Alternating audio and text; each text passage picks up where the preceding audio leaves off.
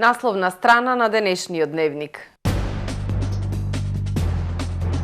Повторно се излеваат отпадни води во езерото на потегот кај местноста Мазија.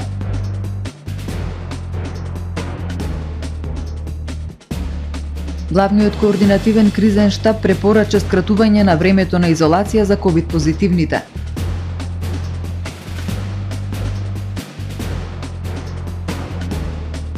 Омикрон забрзано се шири. Минатата недела секој трет тестиран бил позитивен.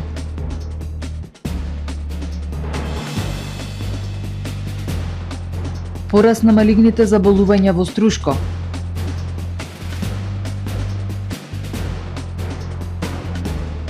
Ниско градба ќе ја санира атмосферската канализација во Лескоец. За најавените и за останатите содржини од денес ќе ви информираме во дневникот кој започнува по временската прогноза. Останете со нас.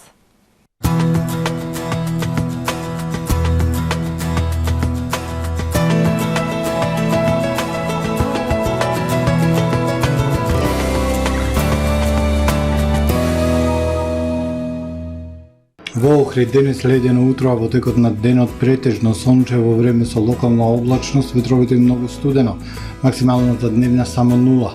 Во текот на ноќта кон среда ведро со локална облачност и повторно студено. Во среда на северозападна, северна и североисточна Европа умерено облачно и нестабилно време со врнежи од дожд и снег проследени со ветер и многу ниски температури. Во останатите делови од стариот континент стабилно. Ке има зголемена облачност, ке биде студено со температури кои во југоисточна и источна Европа ќе бидат под повеќе годишниот просек за овој период од годината. Утре на Балканскиот полуостров времето претежно сончево со локална облачност, ветровито и студено локално во Србија, слаб снег, максималните дневни температури од 0 до 8 степени Целзиусови.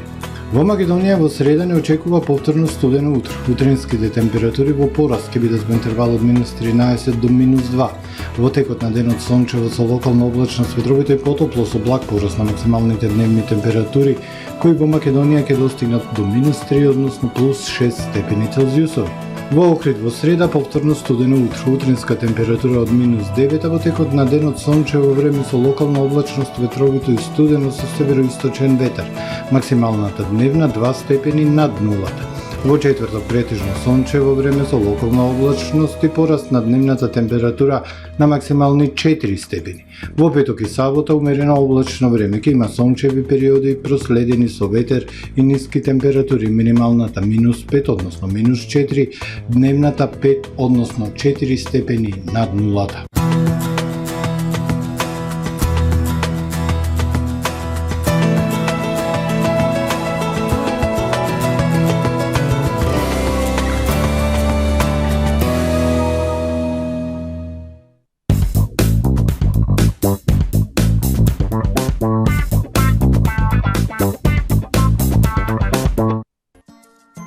Атва Хом Центар на нова локација. Во новиот продажен простор уште поуспешно ја остваруваме нашата мисија на едно место да обезбедиме широка понуда на производи кои ќе го подобрат и разубават вашето секојдневие. Уредете го вашиот дом, деловен простор или градина без да го оптоварите домашниот буџет. Купувајте по најпристапни цени и со постојани промотивни акции. Во нашиот салон ќе ги пронајдете најубавите и најкреативни подароци за секоја пригода. Атва Хом Центар. Вашите омилени зрнести и јаткасти производи, сушено овоше и здрава храна од брендот Бако во Охрид и Струга. Пробајте го и чоколадниот асортиман од наше производство, како и турската делиција Локумот. Освен во нашите продавници, дел од палетата на производи од Бако можете да најдете во маркетите Стокомак, Гега, Кам, Нето, Бабуш, Миса и други маркети. Вкус што не се заборава. Бако во Охрид и Струга.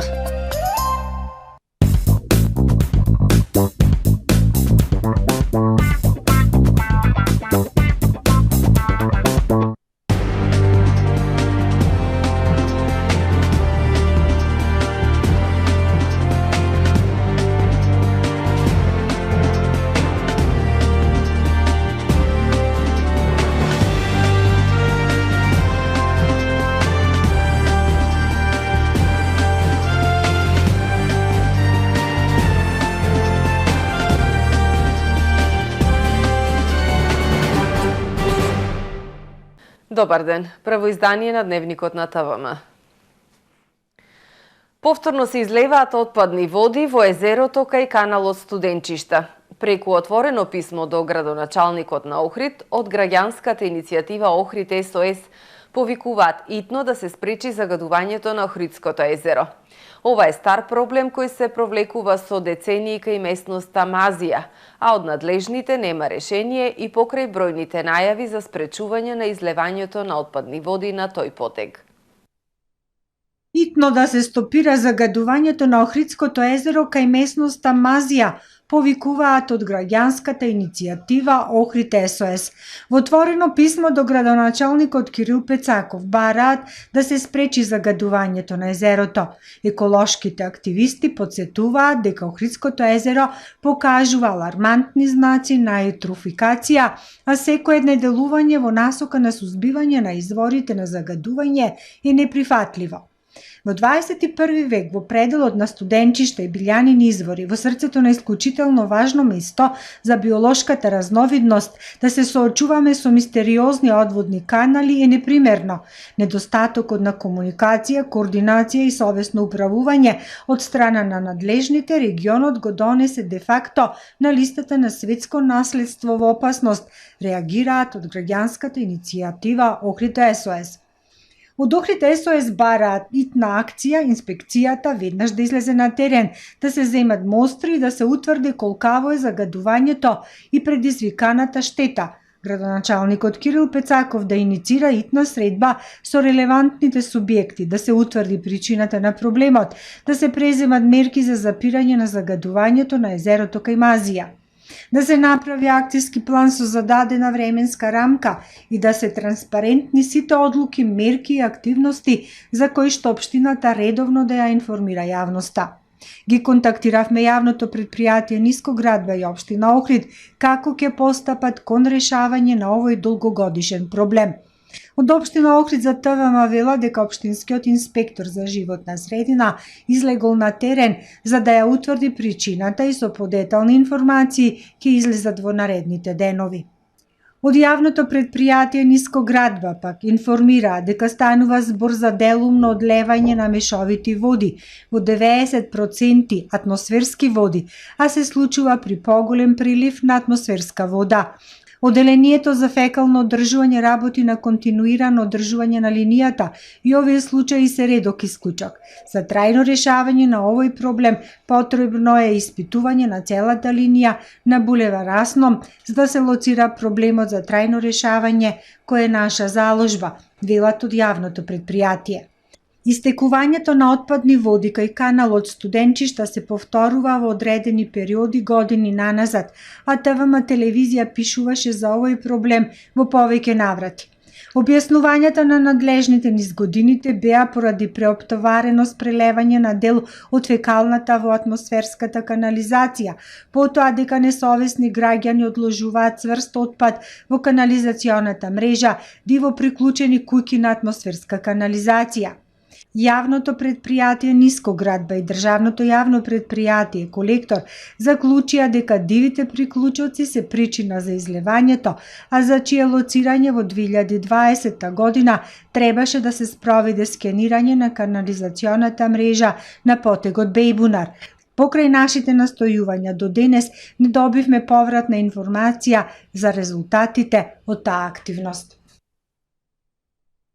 Балансирање на зачувување на животната средина и регионална туристичка промоција на Охридското езеро преку соодветно управување со местата на светското наследство е насловено виртуелното предавање од страна на јапонски експерти кој ќе се одржи на 2 февруари годинава во организација на амбасадата на Јапонија. Предавањето опфаќа искуства за зачувување на водата на езерото Бива во префектурата Шига во Јапонија, старо езеро над 4 милиони години и проценето како 13-то најстаро езеро во светот. И Охридското и езерото Бива се заштитени со закон и се на листата на светско наследство на УНЕСКО. Музеот на езерото Бива и Хидробиолошкиот институт во Охрид остварија научна размена и соработка во 2017 година. Професорите Ямасаки Масафуми и Ичики Шигеказу со учесниците ќе ги разменат јапонските знаења и искуства за теми кои се поврзани со Охридското езеро.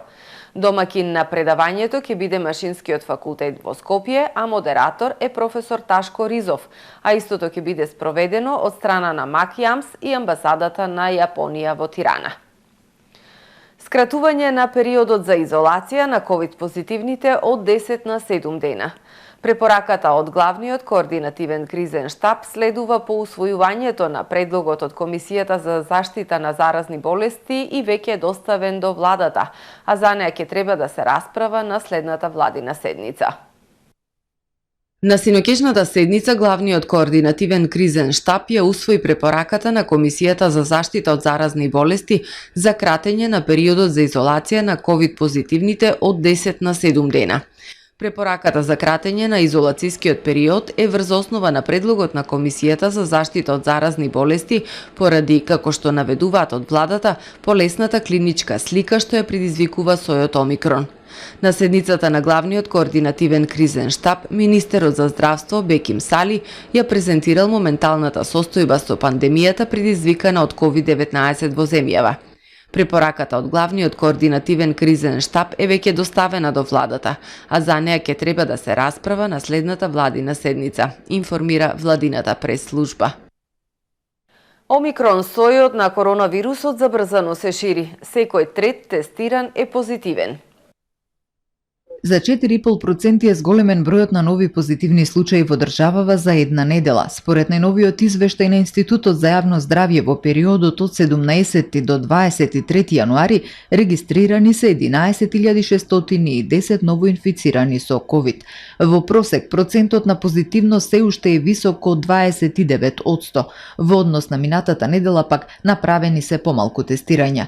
Најмногу болни се регистрирани на возраст од 30 до 49 години, кај младите од 10 до 19 години се забележува намалување на позитивните случаи за 15%, како и кај младата популација од 20 до 29 години. Во текот на минатата недела вкупно се пријавени 1559 реинфекции со вирусот, со зголемување од 25% во однос на претходната недела.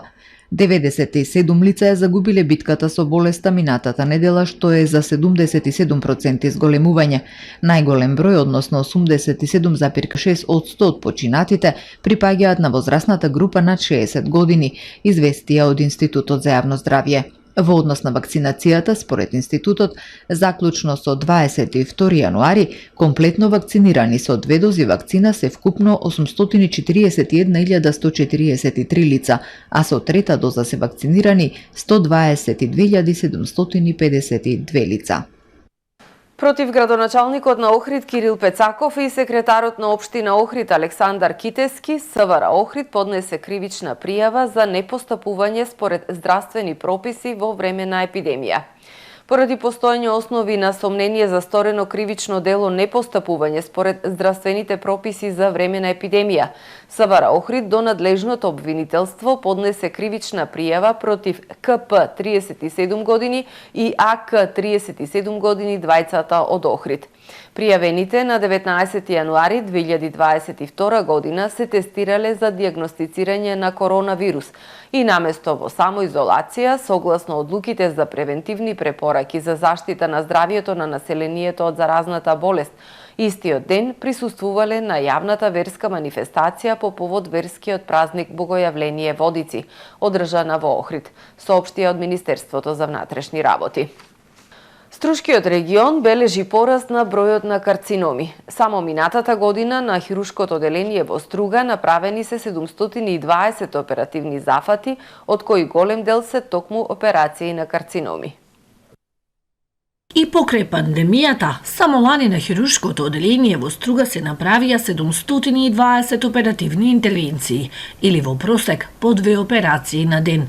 Најчестите видови оперативни зафати кои се изведуваат се операции поврзани со абдоминална хирургија, интервенции на жолчки, хернии на абдоминален дел и стомак. Лекарите апелирале и голем број карциноми, најчесто карциноми на дебело црево и дојка, Исто како и Охридскиот регион, Иструшко бележи зголемен број на карциноми, а загрижува тоа што се случува оваа болест да се диагностицира и кај помлади пациенти. Тоа се должи на повеќе фактори, нели?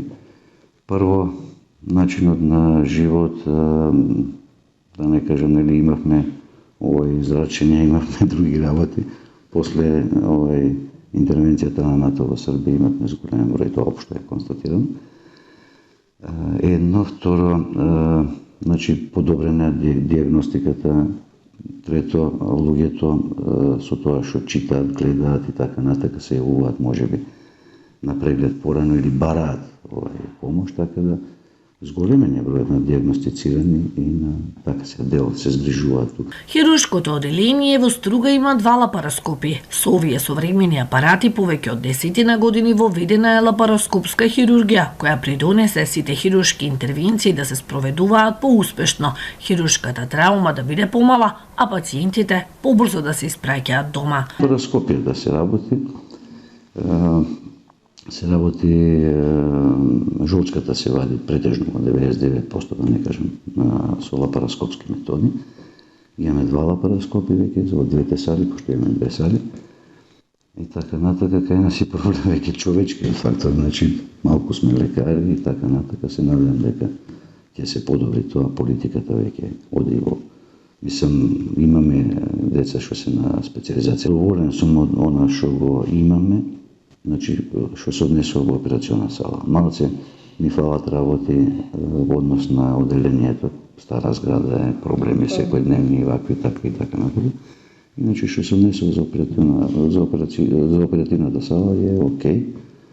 Се трудиме во последно време да и дел од слепите црева, например, се оперираат лапароскопски така. Болничките капацитети на хируршкото оделение во Струга се задоволителни. Има 5 болнички соби со 15 кревети. Се практикува популарната метода One Day Surgery, односно пациентот еден ден по операција се испраќа дома. Посебно формирана комисија ќе ги утврдува условите за трансформација на работниот однос од определено во неопределено работно време на вработените во образовните институции на подрачјето на општина Охрид. Градоначалникот Кирил Пецаков донесе решение за формирање на општинска комисија за утврдување на условите за трансформација на работниот однос на вработените во образовните институции на подрачје на општина Охрид по номинациите добиени од Министерството за образование и наука и од СОНК. Од општина Охрид појаснуваат дека на тој начин ќе се надмине застојот во работата на досегашната комисија на која и беше истечен мандатот. Сега на овој процес ќе му се даде дополнителна динамика. Задоволен наставен кадар со решен работен статус е најдобра гаранција и дополнителен поттик за успешен образовен процес, што представува пак стратешка цел и определба на општина Охрид, велат од локалната. Во решението за формирање на комисијата стои дека нејзина задача е да изврши стручни и административно-технички работи со кои ќе се сумираат, проверуваат и технички ќе се обработуваат барањата за трансформација на работниот однос од определено на неопределено работно време на вработените во образовните институции во Охрид и истите навремено ќе се доставуваат до Министерството за образование и наука. Јавното предпријатие Нискоградба Охрид по налог од општината ќе врши чистење и санација на дел од атмосферската канализација во село Лескоец. Јавното предпријатие на барање на секторот за комунални дејности, сообраќај и улици изработи скица и предмер пресметка за чистење и санација на делови од атмосферската канализација во селото. Градежните активности опфаќаат ископ на каналски ров со длабочина до 2 метри, поставување на цевки со диаметар фи 300, затрупување и бетонирање на елементи во еднострана оплата. Должината на трасата изнесува 180 метри. Зафатите на терен ќе започнат кога ќе се создадат поволни временски услови. Со завршување на овој зафат ќе се опфатат објектите кои што гравитираат на тој потек, како и ќе се реши проблемот со собирање на дождовната вода во период на врнежи од дожд, што досега представуваше проблем за жителите на ова населено место. Започнува етапна исплата на јануарските пензии зголемени за 2,9%. Од Министерството за труд и социјална политика апелираат до пензионерите да се придржуваат до распоредот за исплати, затоа што целта е да се намали метежот пред банките во интерес на нивното здравје како ранлива група од коронавирусот. Од утре започнува етапната исплата на јануарските пензии. Пензиите ќе бидат исплатени пред време и етапно со цел да се овозможи поголема заштита на пензионерите во услови на опасност од коронавирусот. Јануарските пензии ќе бидат зголемени за 2,9%, согласно законското усогласување кое се врши 2 пати годишно во јануари и јули. Усогласувањето се врши според процентот на порастот на индексот на трошоците на живот во претходното полугодие во однос на полугодието кое му претходи објавени од Државниот завод за статистика. Како што соопшти Министерството за труд и социјална политика, подигнувањето на пензиите преку филијалите и експозитурите на банките за пензионерите кои не користат картички ќе се реализира во 4 групи според висината на пензијата. За пензии со висина до 11.000 денари, исплатата треба да се изврши на 26. јануари 2022 година среда. За пензии со висина од 11.001 денар до 14.000 денари, исплатата ќе се изврши на 27. јануари четврток. Се предвидува пензиите со висина од 14.001 денар до 18.000 денари да бидат исплатени на 28. јануари петок, а исплатата за пензиите со висина над 18.001 денар треба да се изврши на 31. јануари понеделник. Пензионерите кои користат платежна картичка поврзана со сметката на која се префрла пензијата, со парите можат да располагаат веќе од утре 26. јануари. Тие може да ја подигнат пензијата на банкомат, да ги користат средствата за плаќање во трговската мрежа или за електронски плаќања. Од ресорното министерство посочуваат дека етапното процесирање на пензиите ќе овозможи спроведување на препораките и мерките за спречување и ширење на вирусот со оглед на тоа што пензионерите како возрастна група се најранливи. Апелираат до пензионерите да се придржуваат до распоредот за исплати, затоа што етапната исплата е направена со цел да се намали метежот пред банките и можностите за загрозување на личното и јавното здравје. Во продолжение да ги погледнеме и вестите од светот. Одлуката за евакуација на дипломатиите и членовите на нивните семејства од Украина, која во понеделникот ја соопштија повеќе земји, е прерана, оцени денес украинскиот министер за надворешни работи Дмитрий Кулеба. Секретарот на Украинскиот совет за национална безбедност и одбрана Алексеј Данилов вчера изјави дека амбасадите на Австралија, Обединетото кралство и САД најавиле евакуација на нивниот дипломатски персонал од Украина. Шефот на европската дипломатија, пак Жозеп Борел, вели дека Европската унија пред се е за дипломатски пристап во решавањето на проблемот со Русија, но дека е подготвена и за потенцијално сценарио на руска агресија во Украина. Американскиот председател Џо Бајден беше фатен вчера како пцуе новинар на Fox News на настан во Белата куќа, откако тој постави прашање за влијанието на зголемената инфлација врз овогодинешните конгресни избори. Додека новинарите го напуштаат состанокот на Советот за конкуренција на Бајден, дописникот на Белата куќа Питер Туси повика дали може да праша за инфлацијата и дали тоа е политичка одговорност. Каков глупав кучкин син, рече Бајден, не сваќајќи дека неговиот микрофон е се уште вклучен. Најмалку 19 лица загинаа во пожар кој избувна рано утринава во караоке бар во индонезиската провинција Западна Папуа. Поттепачка меѓу ривалски банди, соопшти полицијата. Едно лице е смртно избодено со нож пред да биде запалено заедно со најмалку 18 лица кои останале заробени внатре, изјави полициски представник. Полицијата соопшти дека тепачките меѓу младите се вообичаени, но дека ова е прв пат да има толку многу мртви. Околностите на несреќата се истражуваат, а се уште не се знае дали бројот на загинатите е конечен. Најмалку 6 навивачи загинаа во стампедо пред стадионот во Јуанде пред почеток на надпреварот Камерун Коморски острови во Купот на Африка. Стампедото се случило кога навивачите се обиделе да влезат на стадионот за да го гледаат надпреварот. Според извори од Камерун, уште 40 луѓе се хоспитализирани, од кои некои во критична состојба. Официјалните лица изјавиле дека капацитетот на стадионот поради ковид мерките бил намален за 80%, односно на трибините им било дозволено присуство на 50.000 луѓе. Камерун успеа да се пласира во четвртфиналето со победа од 2:1. Почитувани гледачи, ова е се во првиот дневник на ТВМ. Повеќе информации можете да прочитате на нашиот портал tvm.mk и на профилите на ТВМ на социјалните мрежи. Ви благодарам за вниманието. Пријатно.